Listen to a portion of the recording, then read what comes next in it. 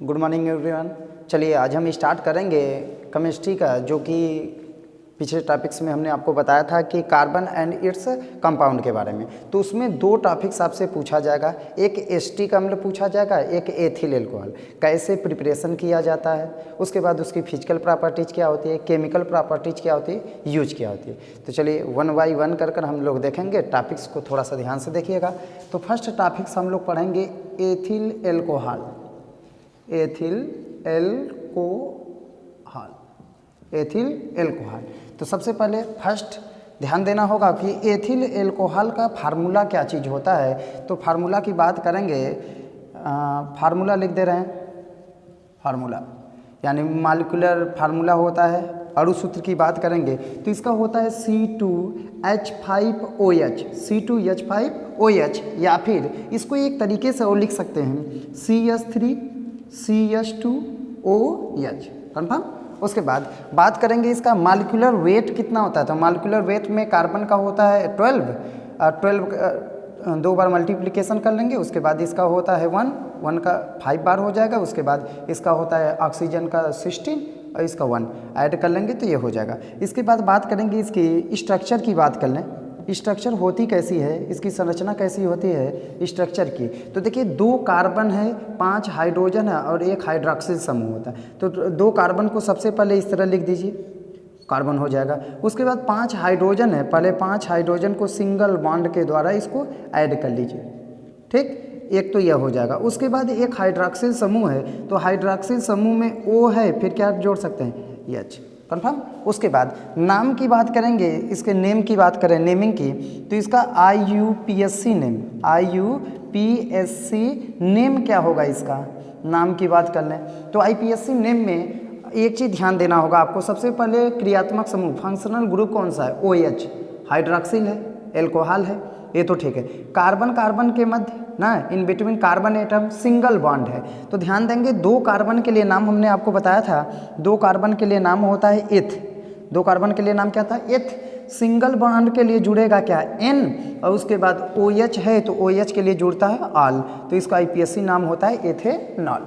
ठीक, चलिए सबसे पहले तो फार्मूला हो जाएगा, उसके बाद हो गया स्ट्रक्चर, फिर इसके बाद क्या होगा IPSC नाम। अब इसके बाद हम पढ़ेंगे method of preparation, methods of preparation, methods of preparation, preparation यानी बनाने की विधियां, कैसे इसको बनाया जाएगा। तो चलिए फर्स्ट एक है, सबसे सिंपल है, ध्यान देंगे आप, फ्रॉम फर्मेंटेशन, फर्मेंटेशन, किण्वन से, ध्यान देंगे किण्वन से, फर्मेंटेशन। अब किण्वन द्वारा क्या किया जाएगा, तो किण्वन होता किस में है, तो सुक्रोज का फर्मेंटेशन हम लोग कराएंगे, सुक्रोज का। सुक्रोज का जो फार्मूला होता है, सुक्रोज मतलब होता है चीनी, C12H22O11, ये हो गई आपकी सुक्रोज। सुक्रोज, सुक्रोज मीन्स चीनी। जब इसका हम फर्मेंटेशन कराएंगे यानी इसमें जल को ऐड किया जाएगा, तो इस पर एक क्या कहते हैं, ईस्ट, माइक्रोब्स काम करेगा, ईस्ट, जिससे एक एंजाइम बनता है, उसका नाम होता है इनवर्टेज।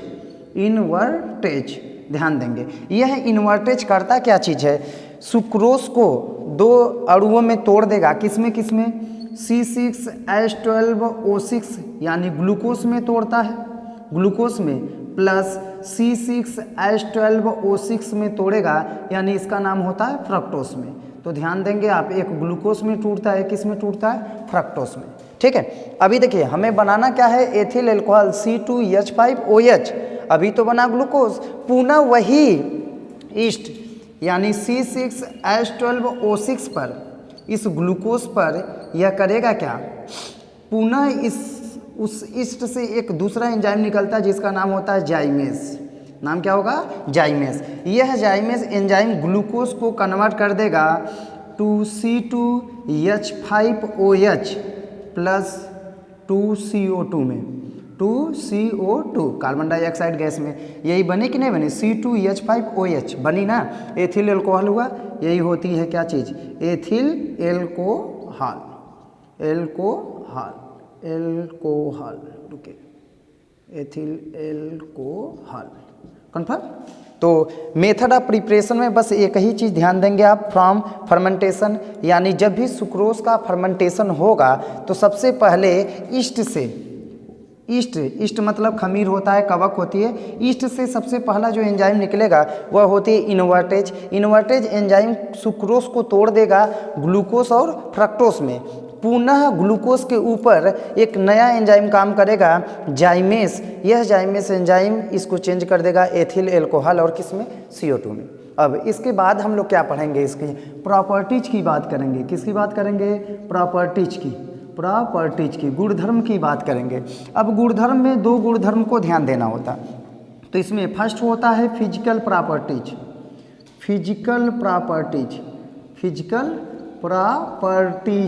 ध्यान देंगे, भौतिक गुणधर्म।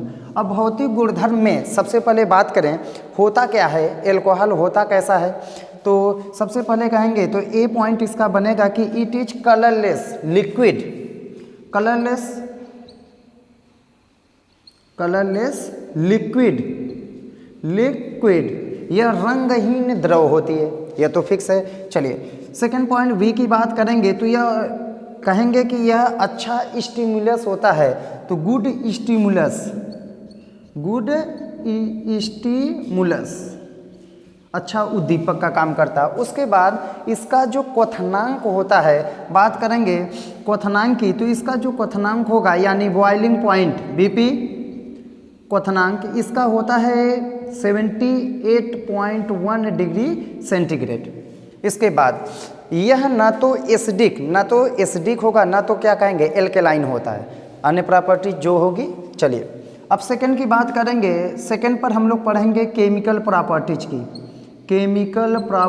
की, रासायनिक गुणधर्म की, केमिकल प्रॉपर्टीज। अब सुनेंगे, अब केमिकल प्रॉपर्टीज में पढ़ना क्या होता है, एथिल एल्कोहल किससे क्रिया कर कर बनाता क्या चीज़ है। तो सबसे पहले कोई भी कार्बनिक यौगिक होता है उसको अगर जलाया जाएगा, अगर वह पूरी तरीके से जलता है, अगर पूरी तरीके से अगर वो जलेगा तो कार्बन डाइऑक्साइड गैस बनाएगा, अगर पूरी तरीके से नहीं जलता तो कार्बन मोनोऑक्साइड बनाता है, हाफ कंबस्शन रिएक्शन देता है। तो सबसे पहले हम यहाँ पढ़ेंगे ए कंबस्शन यानी दहन करने पर यानी जलाने पर, ठीक है। तो चलिए अब हमने कहा क्या, एथिल एल्कोहल है, C2H5OH है, इसको करेंगे क्या, ऑक्सीजन की उपस्थिति में क्या करना होगा, आपको जलाना होगा। जब भी इसको जलाएंगे तो ध्यान देंगे यह कार्बन मोनोऑक्साइड बनाती है, उसके बाद फिर क्या बनाएगी, H2O बनाती है, प्लस हीट रिलीज करेगी, हीट एनर्जी के रूप में वह क्या होगी, बाहर निकलेगी। अब देखिए एथिल एल्कोहल जब ऑक्सीजन की उपस्थिति में जलता है तो यह कहेंगे कि ब्लू फ्लेमेबल, नीली ज्वाला निकलती है, इसके साथ जो भी वाटर होगा वह वाइपर के रूप में रिलीज हो जाएगा, उसके बाद एनर्जी मिलेगी आपको हीट के रूप में, यह होगा। अब रिएक्शन आपको बैलेंस करना होगा। तो देखिए यहाँ कार्बन कितना है 2, यहाँ कार्बन कितना है 1 है, तो यहाँ क्या करेंगे आप 2 करेंगे, यह तो ठीक है, ठीक। अब देखिए यहाँ देखिएगा हाइड्रोजन कितना है 5 और 1 6, यहाँ हाइड्रोजन कितना है 3 है, तो इसमें अगर हम 3 से गुणा कर दें तो कितना हो जाएगा 6 हो जाएगा कि नहीं हो जाएगा। उसके बाद देखिए ऑक्सीजन 1 है, ऑक्सीजन इधर कितना है 2, यानी 3 ऑक्सीजन हुआ, यहाँ ऑक्सीजन 2 हुआ और यहाँ कितना हुआ 3 हुआ, 3 2 कितना हो गया 5 हो गया। अगर हम एक काम करें यहाँ पर 2 से मल्टीप्लिकेशन कर दें तो देखिए 2 2 जा 4, 4 1 5 हो जाएगा, 5 ऑक्सीजन हो गया। उसके बाद यहाँ 2 ऑक्सीजन, उसके बाद 3 ऑक्सीजन, यहाँ 2 प्लस 3 कितना हो जाएगा 5, रिएक्शन क्या होगा बैलेंस होगा। तो यह तो कंबस्शन में हो गया। अब सेकेंड हेडिंग बनती है आपकी केमिकल प्रॉपर्टीज में, ध्यान देना होगा कि अगर यह मेटल से क्रिया करेगा तो क्या बनाएगा, धातुओं से क्रिया करेगा क्या बनाएगा, तो रिएक्शन विथ मेटल्स,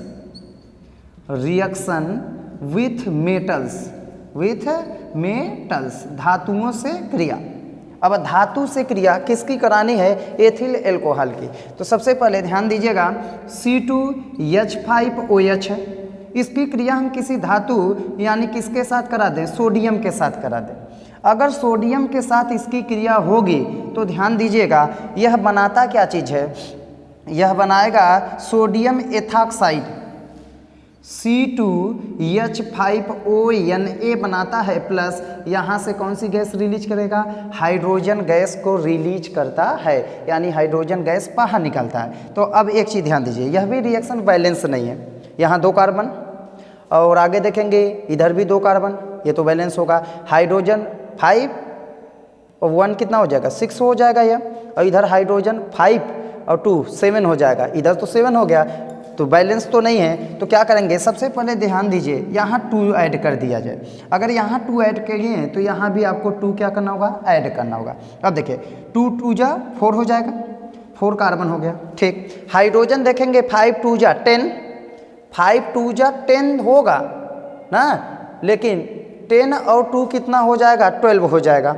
उसके बाद यहाँ देखिए फिर 2 हाइड्रोजन था, 12 इधर हो गया, 12 इधर हो गया। उसके बाद देखिए ऑक्सीजन की बात करेंगे, ऑक्सीजन यहाँ मल्टीप्लिकेशन होगा 2 होगा, और यहाँ ऑक्सीजन भी कितना होगा, 2 होगा। सामने अगर है ब्रैकेट, इसको माना जाएगा कि यह 2 से मल्टीप्लिकेशन होगा। उसके बाद हाइड्रोजन तो हो गया, कार्बन हो गया, ऑक्सीजन हो गया। अब देखेंगे सोडियम की बात करें, Na यहाँ 1 है, लेकिन यहाँ ध्यान देंगे Na कितना है, 2 है। तो क्या करेंगे, यहाँ आप 2 लिख देंगे तो यही इसका हो जाएगा। तो रिएक्शन विथ मेटल्स में ध्यान देंगे, क्या कहेंगे कि जब when ethyl alcohol react with sodium metals to form sodium ethoxide, to form sodium ethoxide, sodium ethoxide, और यह क्या रिलीज करेगा, हाइड्रोजन गैस। हाइड्रोजन गैस को क्या करेगा, रिलीज करता है, ठीक है, यह होगा। उसके बाद फिर क्या कह सकते हैं, और भी ऑप्शन है केमिकल प्रॉपर्टीज में, ठीक। इसके बाद सी ऑप्शन दे सकते हैं, reaction with ammonia, reaction with ammonia. अगर अमोनिया से अगर यह क्रिया करता है एथिल एल्कोहल, तो बनाता क्या चीज़ है, तो ध्यान दीजिए। सबसे पहले एथिल एल्कोहल है C2H5OH, ठीक। अगर यह क्रिया करता है अमोनिया से यानी NH3 से, तो यह बनाता क्या है, एथिल एमीन बनाता है, यानी C2H5NH2 बनता है, प्लस देखिए C2H5NH2, NH2 यहाँ से एक H, यहाँ से OH, H और OH आपस में जुड़ेंगे तो क्या बनाएगा, H2O, वाटर बनता है। इसका नाम होगा ethyl amine, ethyl amine, confirm. इसका नाम होगा एथिल एल्कोहल, और यह क्या हो जाएगी, अमोनिया, अमोनिया। अब सुनेंगे रिएक्शन विथ अमोनिया में सेंटेंस कैसे लिखेंगे, when ethyl alcohol react with ammonia in presence of alumina catalyst, alumina catalyst होगा। उसके बाद यह बनाएंगे क्या, to form ethyl amine and water, ठीक है, ऐसे यह रहेगा। तो इसमें क्या क्या चीज़ें ध्यान देनी है, केमिकल प्रॉपर्टीज में आप 2 पॉइंटें ध्यान देंगे, एक कंबस्शन याद कर लेंगे और इन दोनों में से एक, और इसके बाद इसका लास्ट क्या होता है, यूज। तो इसका जो लास्ट होता है, जैसे प्रॉपर्टीज के बाद पढ़ना क्या होता है, यूज। तो यूज में ध्यान देना होगा कि एथेनॉल का यूज यानी एथिल एल्कोहल का यूज कहाँ कहाँ किया जाता है, ये चीज़। तो सबसे पहले आप कह सकते हैं कि in laboratory, in laboratory, lab में रिएजेंट के रूप में इसका यूज किया जाएगा। उसके बाद जितने भी आप कह सकते हैं इन फॉर्मेशन ऑफ